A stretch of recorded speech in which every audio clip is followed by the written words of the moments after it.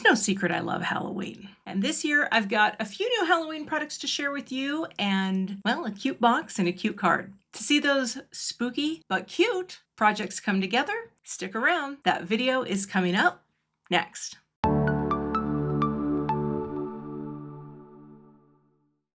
So here's a look at my Halloween release. This is called Halloween Basics, and there are coordinating dies to cut out all the greetings and the pumpkin, but I'm going to make a treat box. So I went ahead and cut a box from some So Very Dark cardstock, or So Very Black.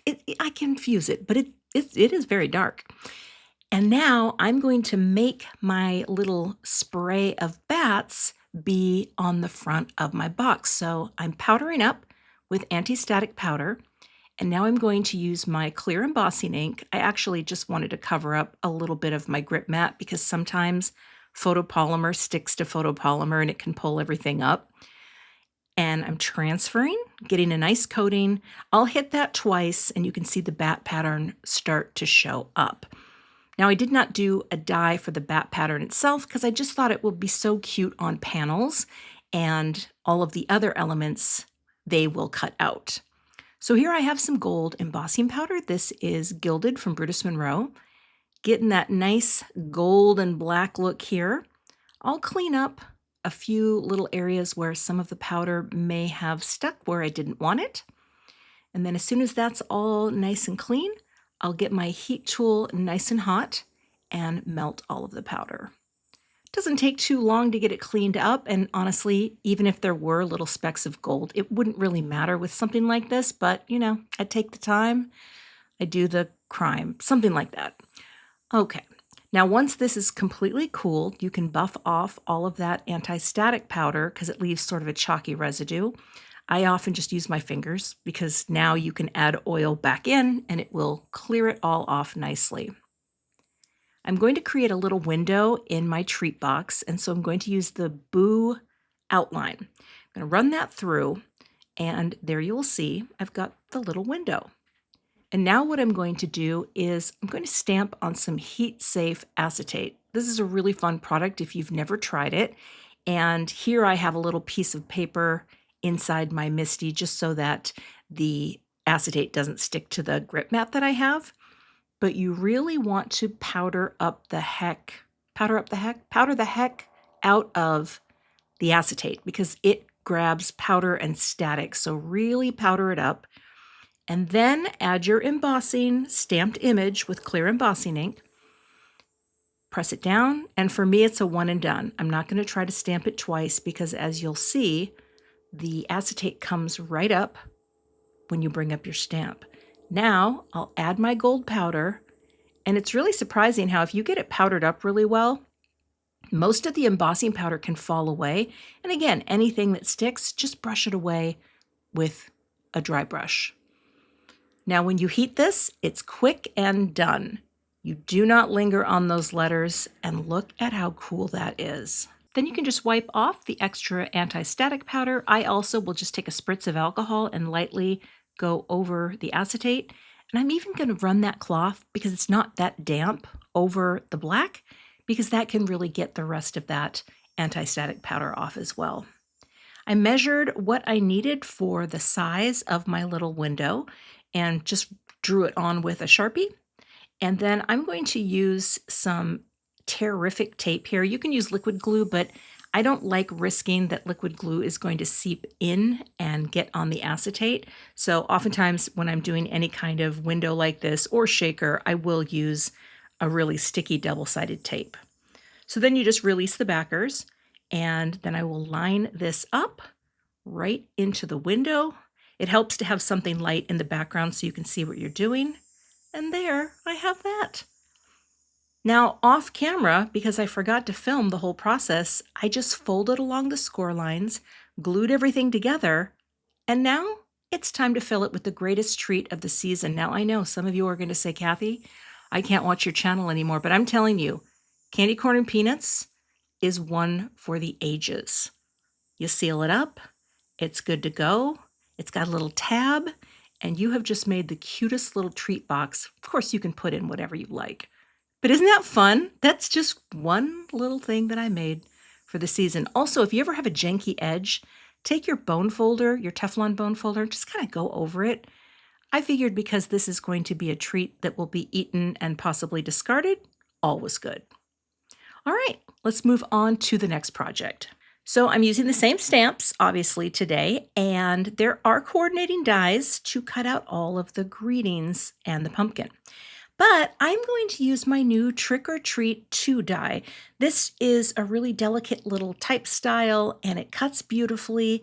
And then I also brought out some oxides because it has been forever and Halloween makes me think of oxides. So the first thing I'm going to do is stamp onto some fog gray cardstock.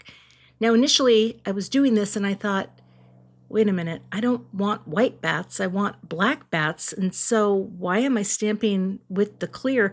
Well, it turns out I have black embossing powder. I have a little thing of it. I forgot to show sprinkling it on because apparently when I make Halloween videos, I forget to do anything. I don't know what it is. But that is black embossing powder that I sprinkled on, and look at that. Isn't that cool? So of course, this is going to resist my inks, and I'm going to bring in all 3 inks to create a little spooky panel. I forget how dreamy and chalky and cool oxides are, and I feel like I have not touched them in months, and now is time just to get them out and have some fun. And the nice thing is, because of the formula, you can layer them on top of one another. And they show up, you know what I mean? They don't completely obliterate what's below, but they just have this ability to put color on top of color. And I love how this villainous potion is going to look. And I'm trying to keep a little light area. I don't know why, I just thought maybe that's where the greeting was going to go. And it turns out that's exactly where the greeting's going to go. But once the colors were on, I decided to tap on some water, right? Get that good oxide reaction. And I thought that looked kind of fun. And then I figured, well, I'm here, I'm spattering, let's put some white on. But now as I put this white on, it shows up really well at first, but again, because of the oxide formulation, it kind of swallows up the white spatter. But that's actually okay because it ends up looking pretty cool all combined. And then I'm going to go all in with a little bit of fossilized amber distress spritz. This is just going to add a little bit of shine because I kind of knew I want to use a matte gold cardstock for my greeting. So there's a lot of spattering, and I think that's appropriate for Halloween. Is that cute? Off camera, I glued 3 shadow layers together and 1 matte gold and 1 black layer for Trick or Treat. And I trimmed the panel down just a little bit here, and I'm popping it up so I get that nice little framing margin space. And I used black foam squares. I never think to use them. I have some. I just forget they're there, but it's perfect for this. And then we are popping that right in that slightly glowy space, just like it was meant to be. And it was meant to be, obviously, because here we are. I love how this is looking. I decided, with all that good spatter and the little extra bits of gold, that I would put a few of the same size little mini gold pearls, boop, all the way down the card, just kind of following the flight path of the bats. Of course, I wouldn't want to be in that flight path, but you know, it's all coming together. I really love the flow of it. I love the color, the spookiness, and that is the card. And now let's just do a design review for this card. I'm going to bring in my rule of thirds grid, and you can find a link to make one of these yourself in my YouTube description. This just divides our space here into 9 quadrants. This is a compositional guide that is used often in photography. And what happens is, in these areas where the lines intersect, these are really great areas of interest for either framing your image, like if you were taking a picture, but in this case, we are putting our greeting mostly centered and definitely part of these 4 quadrants here. Then we have our little bat flurry coming up from here, circling, well, it doesn't really circle, goes out to the edge and comes on up. So This is a really fun way to offset your greeting. I wanted to put lots of different little spattery things in here. It's kind of hard to see now. The white spatter really did react with the oxide. I haven't been using oxides at all lately, like not in the past year that I know of. And so I really wanted to start oxiding it up, if you will, because I do love how they look when they dry. So we have our water spatter, our gold spatter, and the white spatter that turned sort of a lavender color. And here we have our repeating gold, gold, gold, gold, all the way up. Did I do 1, 2, 3, 4, 5, 6, 7, 8, 9?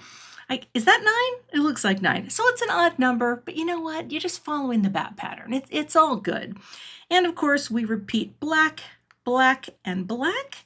And that is a look at this card. It is asymmetrical, right? What you have on one side is not repeated on the other. The same thing from top to bottom as well. But it is balanced, and the greeting is anchored over here on the right, giving lots of room for our flurry of bats. You can find links to all of the products I used in today's video in the YouTube description box. I'll also have a blog post with photos, and the supply list can be found there as well. If you're not a subscriber to my channel, I'd love to have you, so please hit that subscribe button and be sure to hit the notification bell so that you don't miss the next time I post. Here is another Halloween card you might be interested in checking out, and I'll see you in that video. Thanks so much for watching, and have a great day.